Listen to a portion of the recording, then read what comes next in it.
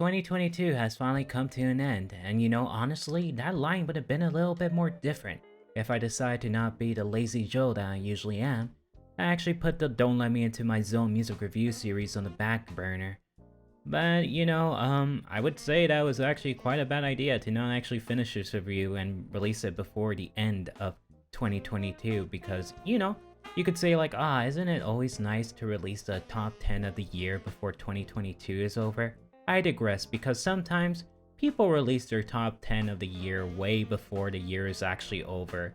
And mind you, my top 1 album of this year was released like a few days before this year was over, so its place on the charts of music review sites is actually not really placed high enough despite its high average.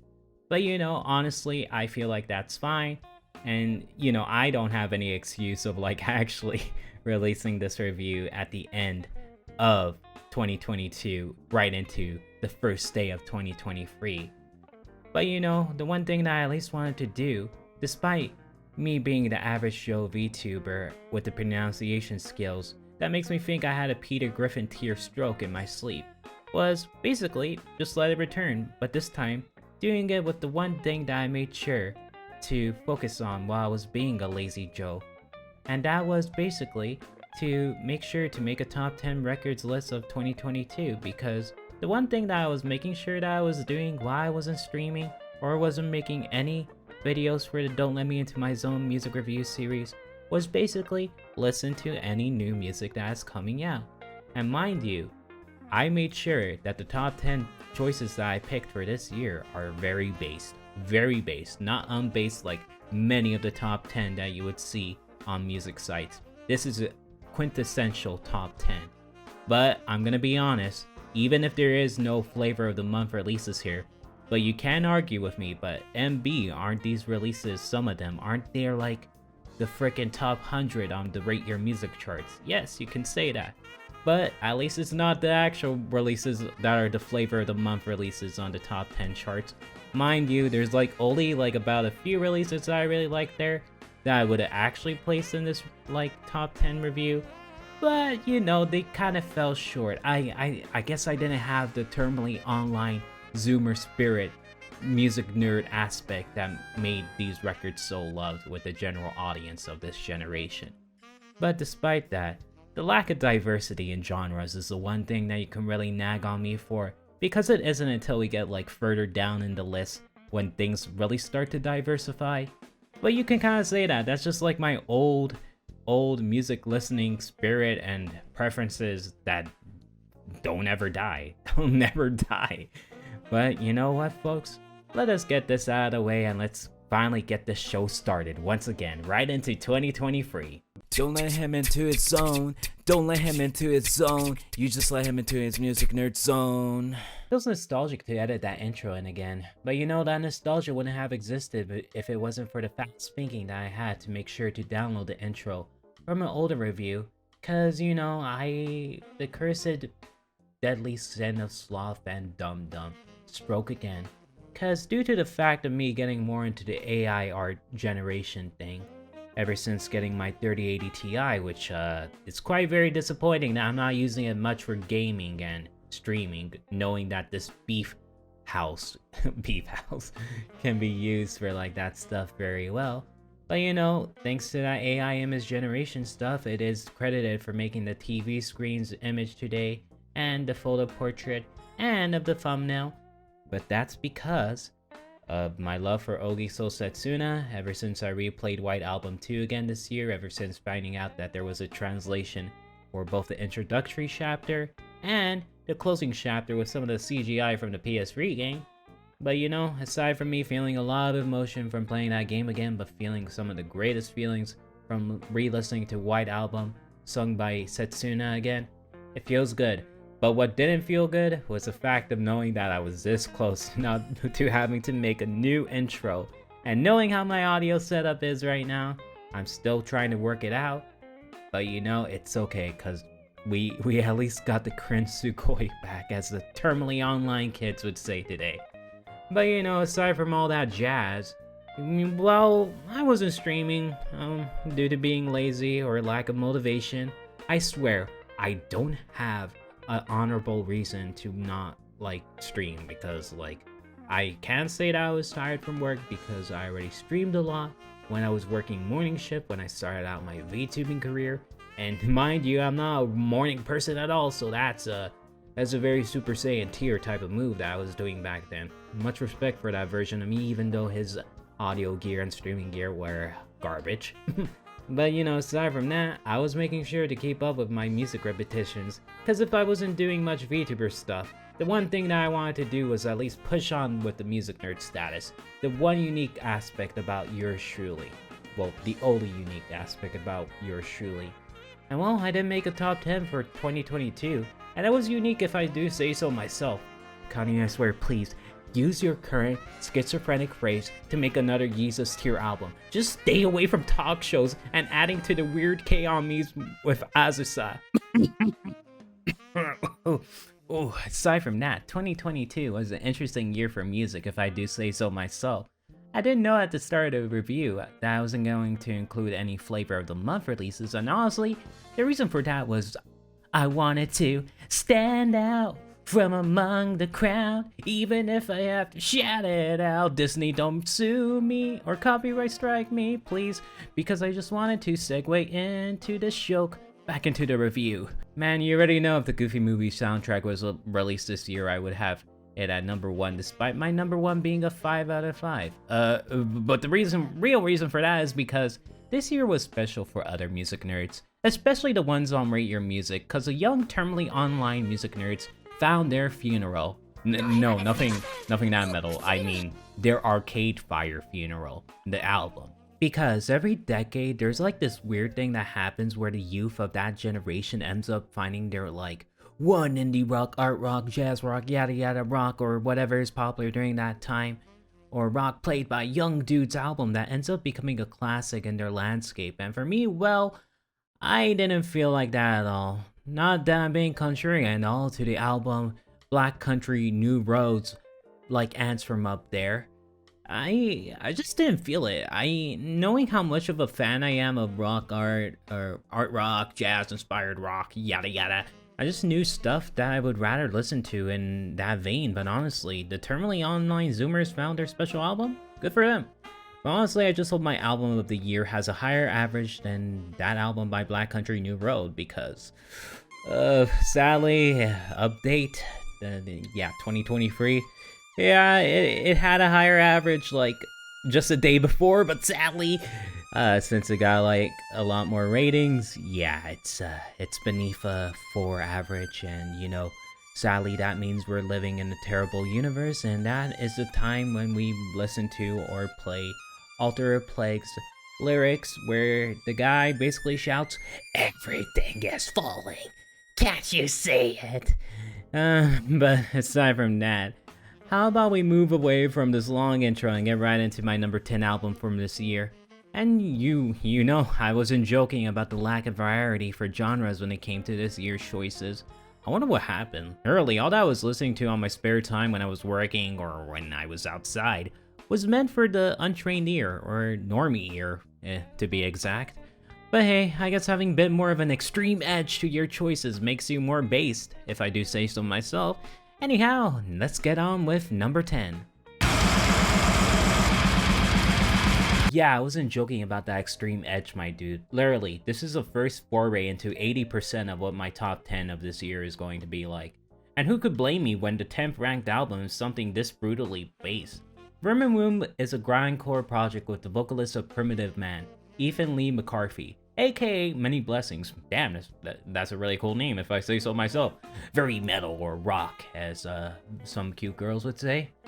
I remember listening to their debut album Decline back in 2016 and going, "Ah, cool, the dude with the really cool brutal vocals from that sludgecore band is doing a grindcore project."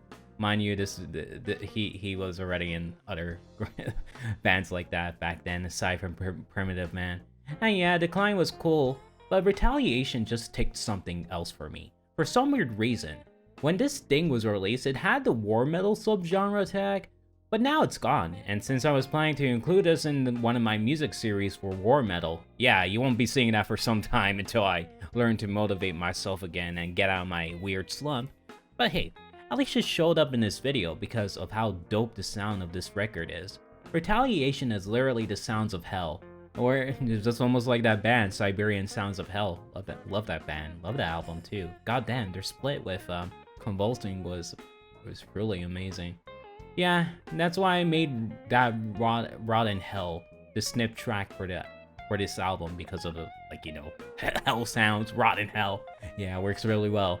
But the atmosphere and brutality in the soundscapes is really impressive, and I got to hand it out to Many Blessings. This is probably some of his most brutal vocals yet, and goes close to the stuff you would hear on his work with Primitive Man on the album Caustic.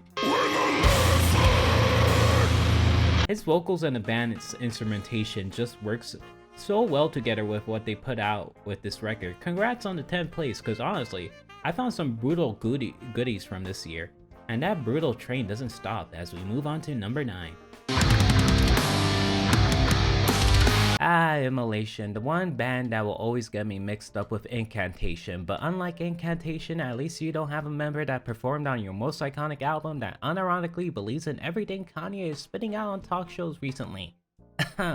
Aside from that, giving Mini Glenn Benton's blasphemous lyrics and riffs about frick God, time to leave the church, and ironically say Satan rules since the early 90s, but unlike many extreme metal bands that go for the anti-Judaism, Abrahamic religion style of music, Immolation was always the coolest band to do it. They were one of the few iconic forerunners of that dissonant sound that so many youngsters love to imitate whenever they start a death metal band, and after 30 years, Immolation has never gone stale with it, compared to the youngsters that don't add that experience and technical talent the members of Immolation have. Not going for any wankery, just going for the classic dissonant sound this band has mastered, and I hope they keep playing around with it for the future releases. And with that, we have our act of moving on to album number 8. So yeah, this album here, I actually only ended up finding out about it because it was supposed to be one of the candidates in my planned war metal video. But since that thing is far from even having a rough script written, just like Dlmimz Retaliation, but also unlike it, cause this release had the war metal subgenre sick. Spirit is Flesh, cause I can't be bothered to say the full name of this album along with the band's name with my stroke tier pronunciation skills, is another release in the realm of Esophagium's Infernal as Hell albums, with really cool covers. But this release here brings up the infernal aspect to 100. Like, let me tell you, the songs such as Don, sorry for my mispronunciation, I already told you about my stroke tier pronunciation skills. This sounds like Satan was just pouring boiling hot blood all over you as he frickin' laughs at you along with his legion of unholy beings. Man, this record will actually rip your face off, and the fact it's one dude behind this and he's French, I guess the whole thing about Frenchies being the forerunners for this current age of extreme metal wasn't a joke. You can send my baguettes to hell with this type of music. Now time to move on to number 7 for another infernal release. An album with infernal theme this time, huh? We're on a hellish trend, aren't we, for real? But Shiki is the 12th full-length release by the legendary Japanese extreme metal outfit, Psy. Just like Immolation, these guys were making music since the early 90s, inspired by the black metal scene going on in Europe during the 90s. These base Japanese lads decided to take their own hand and add their own brand to black metal, which eventually led to the career with many interesting and innovative albums. And just like Immolation, despite being around for a long time and still pumping out records, Psy never gets stale either. On this album, Shiki, focusing on Japanese folklore for lyrical themes, the whole record is filled with shooty energy along with great riffs, horns, and keyboard synths that you would usually hear in a good Psy record. But hey, you know what they say, if it ain't broke, no need to fix it. Speaking of that term, our next entry is a group that is also like Psy, but literally from the same country as them as well. Well, if it isn't the 11th studio released by my favorite band of all time, Daru. Man, 11th album, and the fact that it's close to their 12th like size almost makes the similarities almost justify the weeb touch I put into the top 10. Oh, don't worry, it's gonna get super ultra weeb once we make it to the top 3. Darren Gray is one of those bands that always try to innovate and add something new to their 20-year plus experience of being some of the most talented musicians in the Japanese music scene. Every album, there's something new going on, so there's no way in hell that Daru ever becomes stale for a listener. Heck, The Insulted World was just fine for me, but there's still songs like Akka and Ranculus that I still consider two of Darren Gray's greatest songs of all time. So what did Daru offer in their 11th release that made me so enticed to put this in the top 10 of 2022? Well, normie filters aside, but Daru decided to go all out with their 9-minute epics on this album. There's like a couple in here, when in most Daru releases there's only been about one 9-minute song, which has also led to some of their grand masterpieces like Venshuka. So a filter for the average listener, but for me, just a grand treat. Darren Gray continues their sound from the past year and evolves it by having Kyo focus on his harsh vocals a lot more, while the band mixes the extreme nature and atmospheric avant-garde nature that were both heard in The Insulted World and Arche. Honestly, I feel like the band is really doing their best with crafting the sound they accumulated in the last decade, and it always feels nice that there's bands like Darren Gray that will always try to evolve no matter how many years pass, a master of their craft, always serving you things that you will always know is good, is nice, but a crafter that continues to master new things is always fresh and welcoming. Anyways, for our next release, we continue on with the weeb nature, but this time, it's for a different reason. Understand my posture till I'm posthumous. Not from Japan, but from the land of the good old Freedom Eagle Lies hip-hop artist Ka. A man who probably loves samurai Japanese movies and samurai anime like Samurai Champloo more than the average weeb, to the point he incorporates the code of Bushido in his music with the current state of the world around us.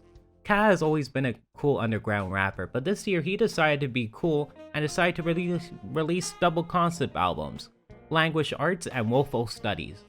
And of the two, Language Arts was the one that clicked with me the most. You have the drumless production of Ka staying fresh in this year of a multitude of drumless hip-hop records, but also with his clever writing, looking back at the life of a rapper, a deep reflection at one of the language arts in Ka's life. Yeah, you see what I did there? That he perfectly represents through his lyrics and beats. Anyways, with that, let's move on to number 4, cause oh boy, we're going back to the extreme metal ride.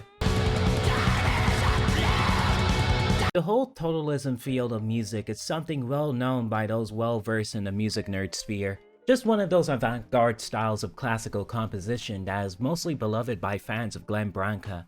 But within the extreme metal scene, this style of composition has only been really touched by the infamous band Liturgy and their transcendental black metal. Yet, this year, we have this new group, Scarcity, that honestly, the only thing I recognized about them was their vocalist Doug Moore, of Pyron fame, a cult favorite in the technical progressive death metal scene. Now a part of this group, Scarcity aims to give listeners another worldly experience. The compositions of Glenn Branca were already pretty extreme and transcending during their time, but now with a black metal edge and extreme metal vocals, you just end up with an overwhelmingly experience. This record will scare you or make you transcend into a black and white dimension of unknown. Honestly, it's just really cool to have a totalism composed black metal record that doesn't have any weird baggage with it. Now with that, let's move on to number 3. I feel like the album itself just gave me a Glasgow smile with how intense the musical performance and lyrics on this album are. Let me tell you, I'm quite dumb, so the whole political awareness and concept behind this album, especially those of Scotland, is something that I have no slight idea of. Also, given the fact as a VTuber of my caliber, I don't wish to get into any political field. But let me tell you, the fact that this album and the vocals on it aren't done in the traditional shrieking guttural vocals that so many extreme metal bands are well known for, but rather with using raspy, exhausted shouting with a thick Scottish accent that would make the vocalist of We Were Promised Jetpacks blush, is just another type of experience that requires your full attention. Mind you, there's many records these past few years with lyrical themes like this, but none of them were as engaging as this record musically. So with that, we move on to record number 2. Buddy, we got a major boo. How the heck did a South African dude now living in Toronto end up being the biggest cowboy musician who embodies the spirit of country music I love greatly in this modern generation come to exist in our timeline? Mind you, this timeline would be perfect if the number record of this year ended up beating out Black Country New World's record on the radio music charts, but alas, such a perfect universe can't exist. Aside from that, country, yeah. Orville Peck is probably one of my favorite newest faces in the music sphere. Even if he does hide his identity with a mask, Originally, I thought that was because of the whole eroticism with his music, but that's just my brain rot from watching sports anime. Truly, this man has pipes. Even if Pony, his debut album, was well more of a liked record due to the unique brand of country he did on the album, making it a very somber and intimate cowboy record, Bronco itself is the modern cowboy country record. Literally, the instrumentals and the lyrics is literally stuff that I would listen to in some of my favorite country records of all time. Bronco going wild! Here's to hoping Orville carries on with his country boy spirit and continues to use those great pipes of his to continue showing the world that country is still alive and well. I heard someone saying that there ain't no cowboys yet left, but they haven't met me, Lafayette. And with that, it's finally time to move for the big boy, or should I say big girl, record of this year. The weapon to surpass many things, the underdog to Guitar Hero. My number one record of 2022 that I gave a 5 out of 5 is... Hashtag Bochi Sweep, AOTY 2 times, Anime of the Year, Album of the Year, 5 out of 5, 10 out of 10. Move out of the way, Black Country New Road. Real music has arrived. Where do I even begin with this? The fact that this album was so perfect for me, that I consider my love for it greater than the anime itself. The fact that this album influenced me so much, that's even the sole reason to why I finished writing a rough script for a review on the whole series that will hopefully be released soon, depending on how my sloth curse plagues me in the new year. Let me get a very cool analogy out of the way. Bocchi the Rock has the music it does because it was influenced by the love of the general Japanese rock scene that both the mangaka and the anime production staff has.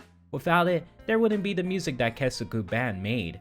I know comparing things to another is just a sign of lazy reviewing and an unjust method of putting something you love in a higher standard, but to me, without these elements, Keisuke Band's music would just be another generic Hokago Tea Time or Poppy Pop.